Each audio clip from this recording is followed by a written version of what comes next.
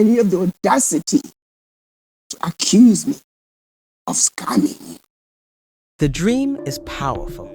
The call to return, emotional, ancestral, magnetic. But what if the welcome mat has a price tag? What if, after you pay, they change the rules? This isn't just a headline about one controversy.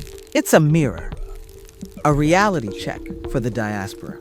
Because what happened in Burkina Faso with Dr. Arikana Chihombori-Quao isn't just a misunderstanding. It's the latest example of a deeper problem, where Africa's love for the diaspora is often measured in dollars, not devotion.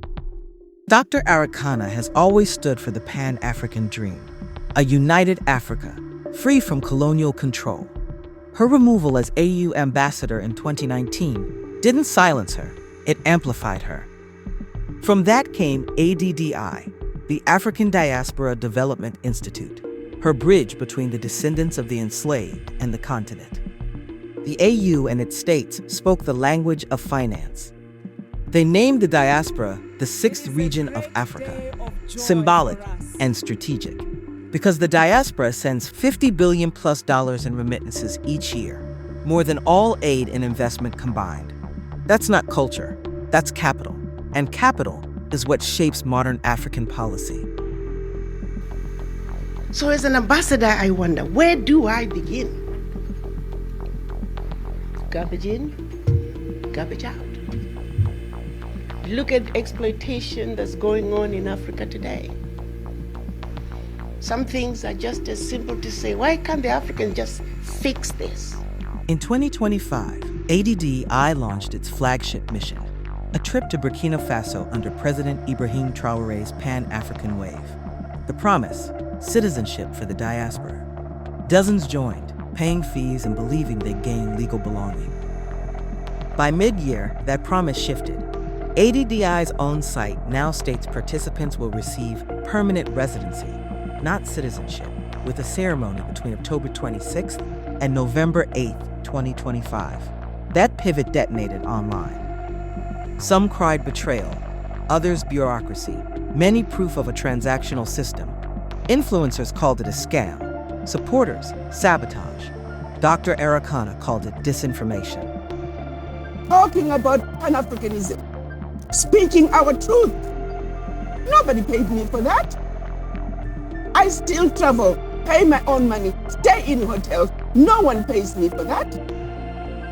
And you have the audacity to accuse me of scamming you. No matter the side, money was spent, hope was invested, and transparency questioned.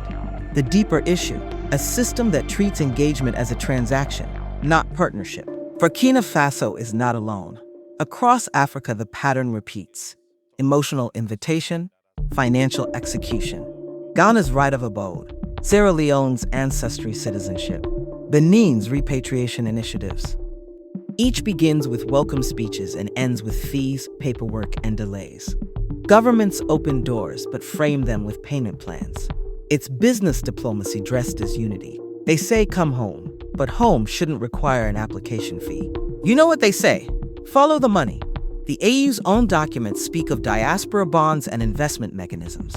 Many states built ministries, not for reunification, but for revenue. It's a shift from identity to income, from brotherhood to business. The Burkina pivot exposed the truth. When policy meets payment, the promise turns to paperwork. That's the real betrayal, an economy of expectation. African diaspora. Approximately 140 million people worldwide, according to the African Development Bank. The diaspora holds enormous potential to contribute to Africa's development. Remittances from the diaspora to sub-Saharan Africa are already greater than official development aid to the region. This isn't a call to give up on Africa. It's a call to wise up. If the relationship is transactional, negotiation is power. If they see the diaspora as an economic bloc, then act like one. Do your due diligence. Demand transparency. Don't buy emotion without infrastructure. Seek countries that respect partnership over payment, because love without leverage is a liability. What happened in Burkina Faso isn't just a policy shift. It's a mirror. It shows how quickly the dream can be priced and how easily the goalposts can move. It calls family when it's time to pay, but strangers when it's time to build. American Black Freedmen Television stands where we've always stood, on truth, lineage, and accountability. If unity is the goal, transparency is the foundation. Until that foundation is real, keep your eyes open, your pockets closed, and your dignity intact. Because Africa's future, our future, isn't for sale.